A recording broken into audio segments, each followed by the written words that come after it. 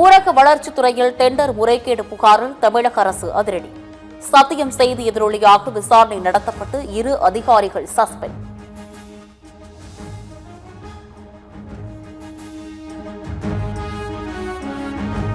திராவிட பேரொளி அயோத்திதாசர் பண்டிதரின் 181வது பிறந்த தினம். காந்தி மண்டபத்தில் உள்ள திருவுருவ சிலைக்கு முதலமைச்சர் விஜய் மரியாதை.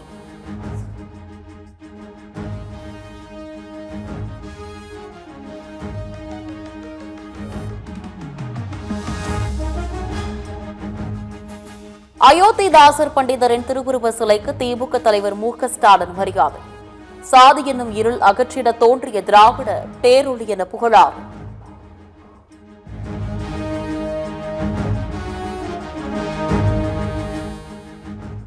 மருத்துவம் மற்றும் ஊரக நலப்பணிகள் இயக்கத்திற்கு வாங்கப்பட்ட 40 புதிய வாகனங்களை தொடங்கி வைத்தார் முதலமைச்சர் விஜய். தலைமைச் செயலகத்தில் வாகனம் ஒன்றை இயக்கி பார்த்து முதலமைச்சர் சோதனை.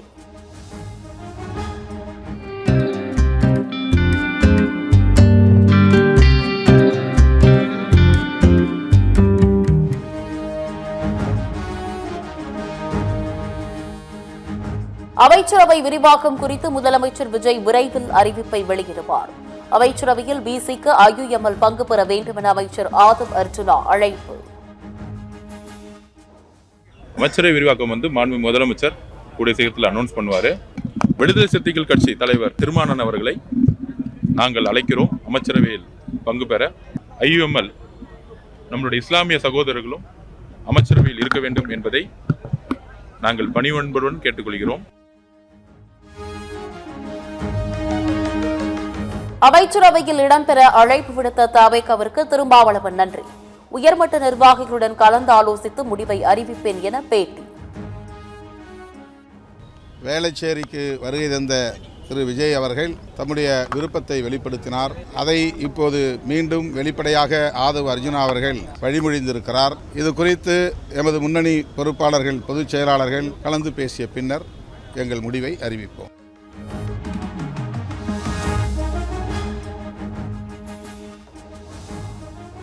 சி.வி. சண்முகம் அணியினர் அமைச்சர் பதவிக்காக தங்களை அணுகவில்லை என அமைச்சர் ஆதவ் அர்ஜுனா மறுப்பு. பின்வாசல் வழியாக எடப்பாடி பழனிசாமி முதலமைச்சராக முயன்றார் என விமர்சனம். சி.வி. சண்முகம் தலைமையிலான குழு அவரு வழி நடத்துறாரு. அவரு அடுத்த செயல் திட்டங்கள் என்னன்னு அவர் அனௌன்ஸ் பண்ணுவாரு. பின்புறல் வாசலாக முதலமைச்சர் ஆகணும் திரு EPS ஐயா அவர்கள் எல்லா திட்டங்களையும் கடைசி நிமிஷம் வரைக்கும் திட்டங்களை உருவாக்கினாரு.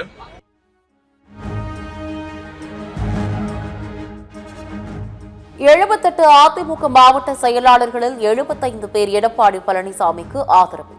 எடப்பாடி பழனிசாமி மீது குற்றம் சாட்டுவதை சி.வி. சண்முகம் நிறுத்த வேண்டும் என அக்ரி கிருஷ்ணமூர்த்தி எச்சரிக்கை.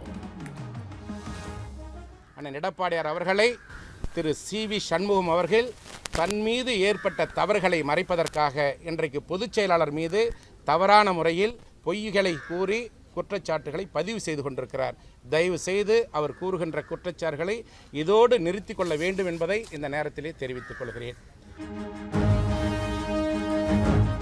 திருவாரூர் மாவட்டம் முத்துப்பேட்டையில் செய்தியாளர் மீதான தாக்குதலுக்கு நாம் தமிழர் கட்சி ஒருங்கிணைப்பாளர் சீமான் கண்டனம். நடப்பது தவேக ஆட்சியா இல்லை திமுக ஆட்சியா, இதுதான் மாற்று அரசியலா என சரமாரி கேள்வி.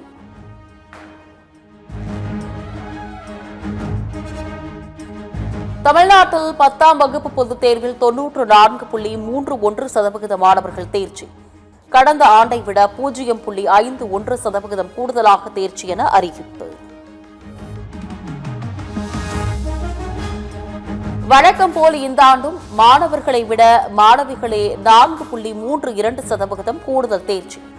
10ஆம் வகுப்பு பொதுத் தேர்வில் 96.47% மாணவிகள் தேர்ச்சி பெற்றதாக அறிவிப்பு. 97.57% தேர்ச்சி பெற்று புதுக்கோட்டை மாவட்டம் முதலிடம். ராணிப்பேட்டை மாவட்டம் 86.58% தேர்ச்சி பெற்று கடைசி இடம்.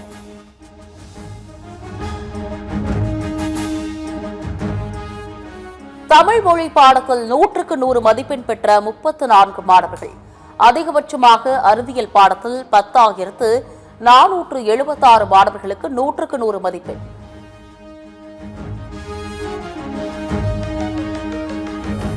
மாணவர்களுக்கான மதிப்பெண் சான்றிதழ் வரும் 22ஆம் தேதி முதல் வழங்கப்படும். ஜூலை 8ஆம் தேதி முதல் 15ஆம் தேதி வரை மறுதேர்வு நடைபெறும் என அமைச்சர் அறிவிப்பு.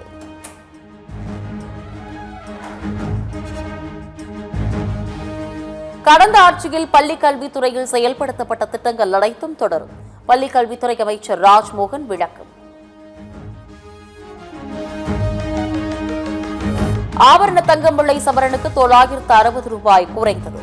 ஒரு சவரன் தங்கம் 1,18,000 ரூபாய்க்கு விற்பனை.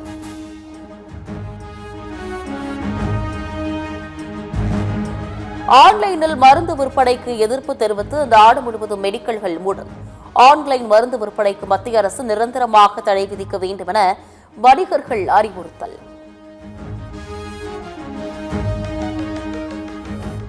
படப்பை இரட்டை கொலை எதிரொலியால் சென்னையில் ஒரே இரவில் 75 ரவுடிகள் கைது.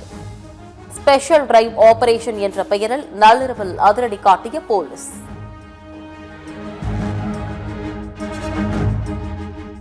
தென்மேற்கு பருவமழை முன்னெச்சரிக்கை மற்றும் மீட்புப் பணிகளுக்காக கேரளாவிற்கு NDRF வீரர்கள் விரைவு. அரக்கோணத்திலிருந்து 240 NDRF வீரர்கள் 8 குழுக்களாக வாகனங்கள் மூலமாக கேரளாவிற்கு புறப்பட்டனர். பிரதமர் மோடியை எதிர்த்து கேள்வி கேட்ட நார்வே பத்திரிகையாளர் ஹெல்லேவின் முகநூல், இன்ஸ்டாகிராம் பக்கங்கள் முடக்கம். 800க்கும் குறைவாக இருந்த ஹெல்லேவின் எக்ஸ் தளத்தை பின்தொடர்வோரின் எண்ணிக்கை திடீரென 50,000-ஐ தாண்டியது. இந்தியாவிற்கு 4,145 கோடி மதிப்பில் ஹெலிகாப்டர்கள், பீரங்கிகள் வழங்க அமெரிக்க வெளியுறவுத்துறை ஒப்புதல். அப்பாச்சி ஹெலிகாப்டர்கள் M777 A2 அல்ட்ராலைட் ஹோவிசட்டர் பீரங்கிகள் விற்பனை செய்யும் திட்டத்திற்கு அனுமதி.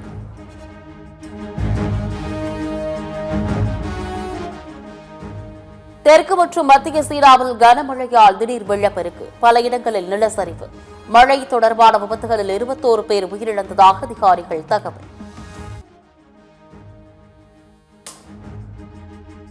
விம்பிள்டன் டென்னிஸ் போட்டியில் காயம் காரணமாக விளையாடப் போவதில்லை என அல்காரஸ் அறிவிப்பு. பிரெஞ்சு ஓபனை தொடர்ந்து அடுத்த மாதம் நடக்கும் விம்பிள்டனிலிருந்து விலகினார் அல்காரஸ்.